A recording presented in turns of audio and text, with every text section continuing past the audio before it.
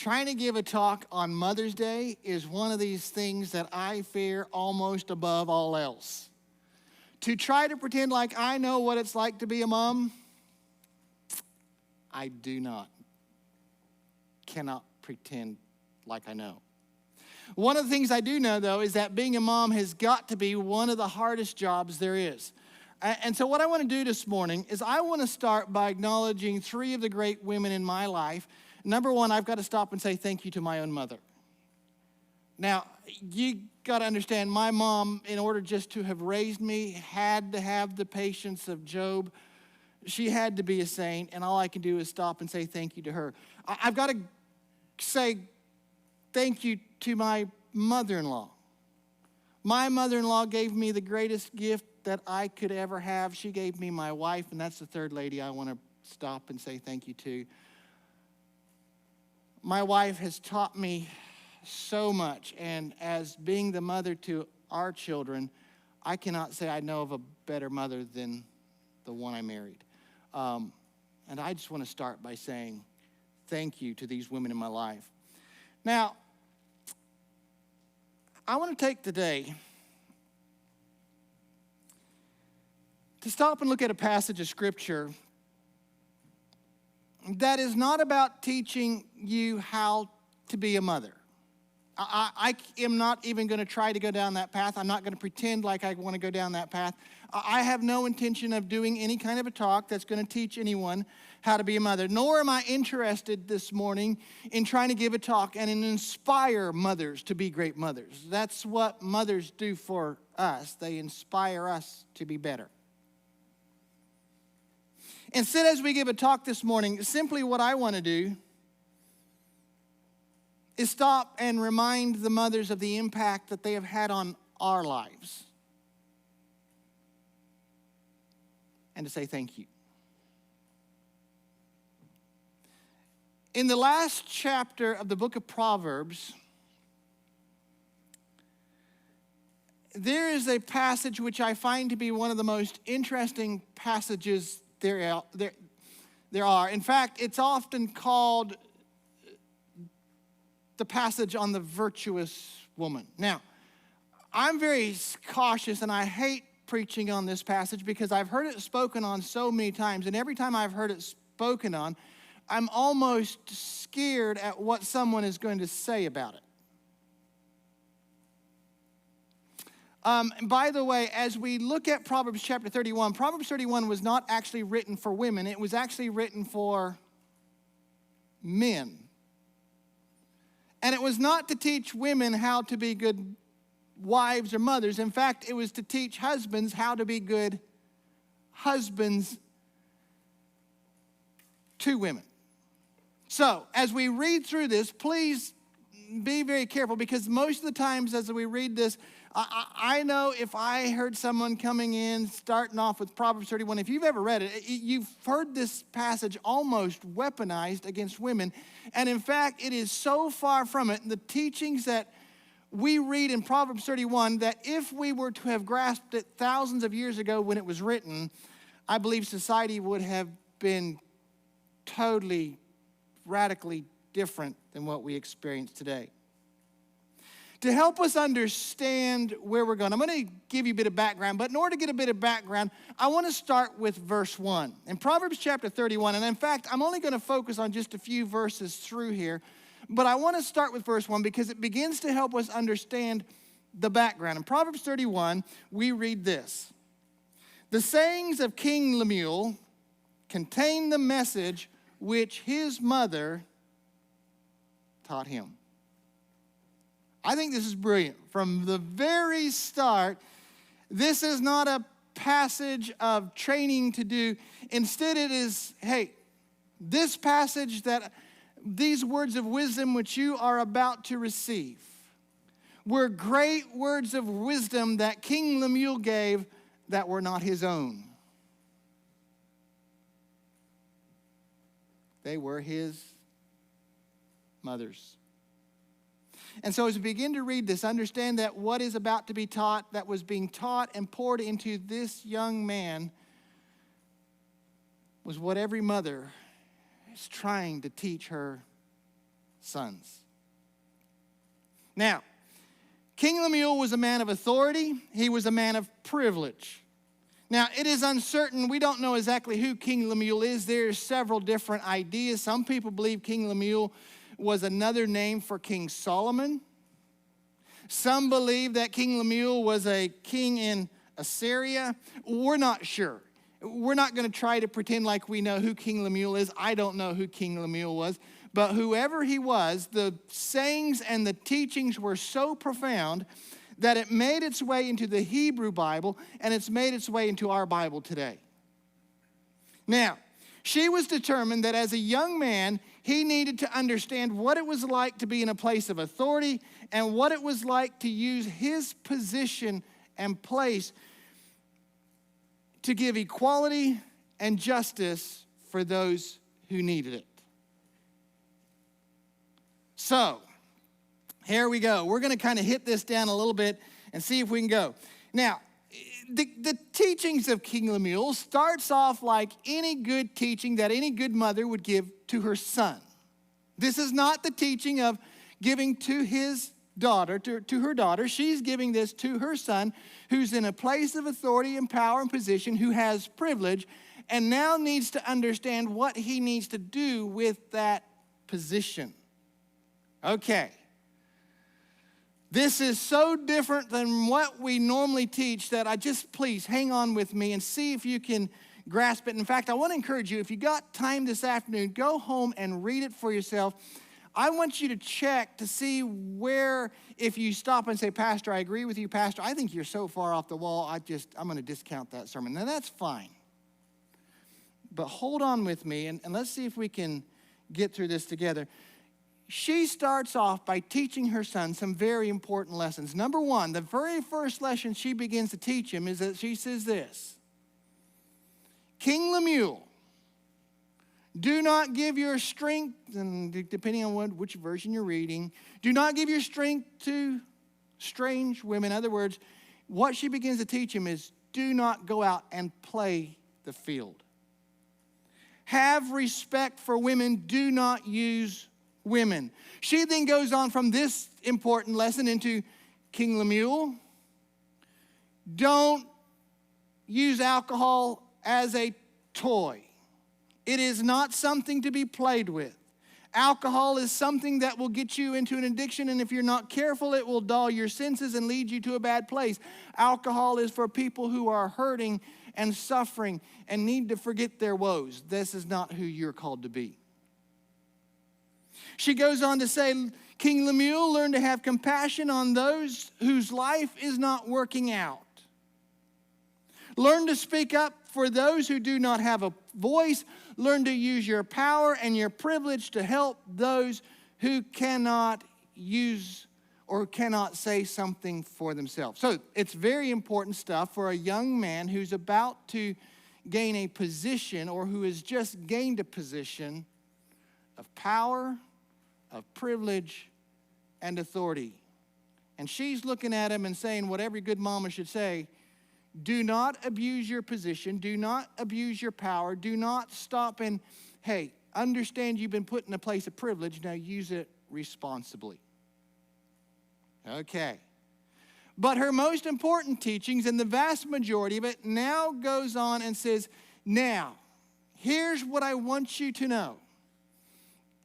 All that other stuff I taught was so important, but now I want to teach you something that kind of goes against the grain of where he was living. Back in the day when King Lemuel was being taught this by his mother, women were not afforded equal rights. They were seen as possessions or something to be looked after. And King Lemuel's mother was saying, now, I need to stop and explain some stuff to you before you go and get yourself into trouble, before you go and get married. I want to teach you something that you need to carry forward in your life. And she begins to say this: this is the most important teaching on how to treat your wife and the mother of your children. And here we go. She stops and says this. As we get started, King, I want to start this and implant this in the back of your mind. Here you go. Proverbs 31, verses 11 and 12. She begins to say this to him. Her husband. He can trust her. And she will greatly enrich his life. She brings him harm, or she brings him good, not harm. Sorry, Rusty, she brings him good and not harm all the days of her life. Now, remember, this is not a teaching to women. This is a teaching to men. Men, how are we to look at and how are we to treat our wives and those who are the mother to our children? And she stops and she looks at him and says, King Lemuel, here's what you need to understand. You are not in a competition with your wife. You do not need to put her in her place. She does not need you to be a grown-up. She is your equal. She is your partner. It's really an interesting place where she starts off. King Lemuel, you need to understand, the woman that God has placed into your life as your wife is your partner and your equal, and you need to treat her as such. In fact, she then goes on to say this, not only is she your partner and your equal, but here's how you need to treat her. So she begins to stop and say, and we're not going to read all this because we don't have the time for it this morning. In fact, I want to get done a little bit early so we can, okay, famous last words, right? We can get down a little bit early so we can honor our mothers. But she goes on to tell him, she's telling him, she's not teaching women how to be women. She says, this is who they already are. She's saying, as a man, King Lemuel, here's what you need to do as one in authority, as one who has a position. King Lemuel, allow your wife to be creative. Allow your wife to stop and work and gain a wealth. Allow her to gain a position. Allow her to have credit for her own work. Allow her to be proud of her accomplishments. Don't stop and try to keep getting in on her turf.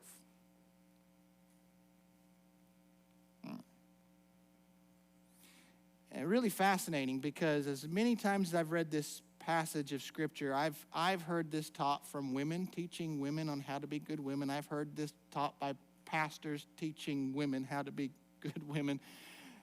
And King Lemuel's mother is saying, King Lemuel, as a man, this is what you need to do. This is what you need to understand. You have a wife who God has given you, and you need to allow her space and creativity and a place to do her own thing.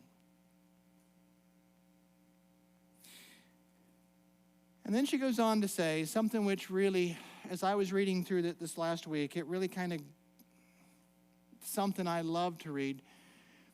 It's something that kind of stuck with me a little bit. And in Proverbs chapter 31, she goes on to say this. The woman that is allowed to have space, allowed to be creative, the woman who's allowed to stop and to have credit for her own work, to do things which allow her to feel fulfilled, she goes on to say this woman, in 31 verses 25 through 26, she is clothed with strength and dignity, and she laughs without fear of the future. When she speaks, her words are wise, and she gives instructions with kindness. I think this is an interesting little phrase. There is something powerful in those two words.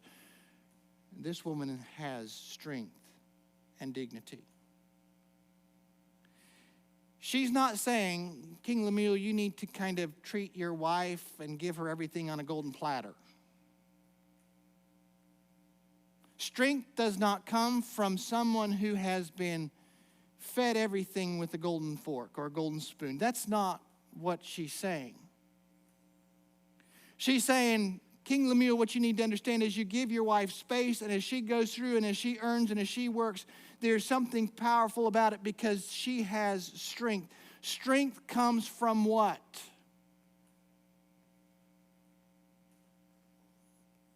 From battles that have been fought.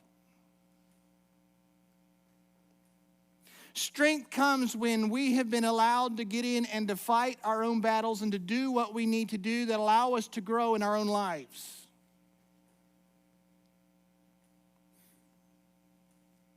The battle of a mother is constantly being fought. The battle of someone who has been given space to do what they are called to do. There is a battle that constantly goes on. When a mom stops and gives birth to a child, what does she begin to do? From the very moment that she's given a space and opportunity, she begins to care for and to love. And it doesn't stop when they turn 2 or 3 or 4 or 15 or 16 or 20, 24. It continues. The time spent with a child listening are sometimes hard. When a child begins to go through their own battles and a mother has to listen, it is hard. A mother who stops and begins to try to teach her children what she values and what she considers to be important is not easy. It is hard. They're lifelong lessons. The hearts that need to be mended when a child goes through a sense of loss, either from a breakup or a loss of a child themselves or a loss of a marriage, all these things require a mother who has an attentive heart, and it is a battle that must be fought.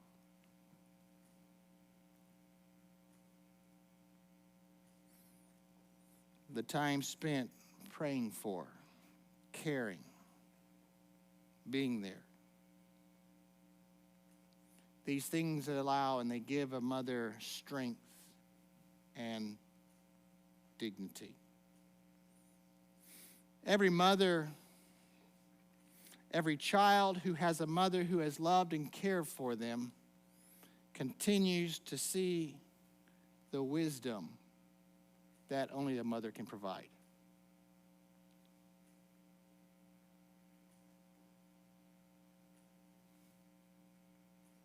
When does a child stop wanting comfort and wisdom from their mother? I understand that when King Lemuel's mother was teaching this advice to her son, she was painting the picture of a wife and a mother in an idealized form. And let's be honest, no one can live up to what she was trying to teach. But what she was trying to make clear to her son is that he should never underestimate or look down upon his wife. He should never look down on the mother of his children.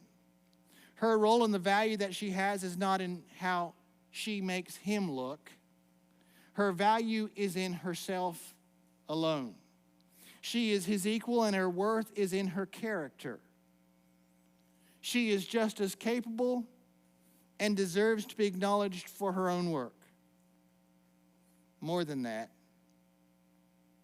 it is her wisdom and it is her values which will be passed on to her children. In fact, she's so, Lemuel, you need to understand this, that she stops and says, if you will do this, I want to kind of just let you know this. If you do this, you will one day see her not just as your equal, but as someone who is worthy to be honored. In Proverbs 31, verse 28, he says this, her children stand up and bless her. In fact, King Lemuel, you will have no option but to stand up and to praise her yourself. And just to make sure that he understands, that he gets the point, she stops and she closes off this whole teaching and she says, here is the wisest words and here's the very last. I mean, if you forget everything else, here's what I want you to remember. Reward her for all she has done. Let her deeds publicly declare her own praise. In other words, son, make sure you give honor to your wife and to the mother of your children. Give space, support, and celebrate her. Look, today we're celebrating probably the hardest job there is. And so today we just want to stop and we want to acknowledge the sacrifice that mothers give. For the late nights listening, for all the broken hearts that have been mended, for every scraped knee that has been kissed, for every creative and forward-looking piece of advice, for every dental and doctor's visit you went to, for every time you sat in the principal's office, for every meal you made, for every button you fixed, for every hour that you worked. All we can do is say, thank you. Moms, your strength and your dignity, they are an inspiration for us.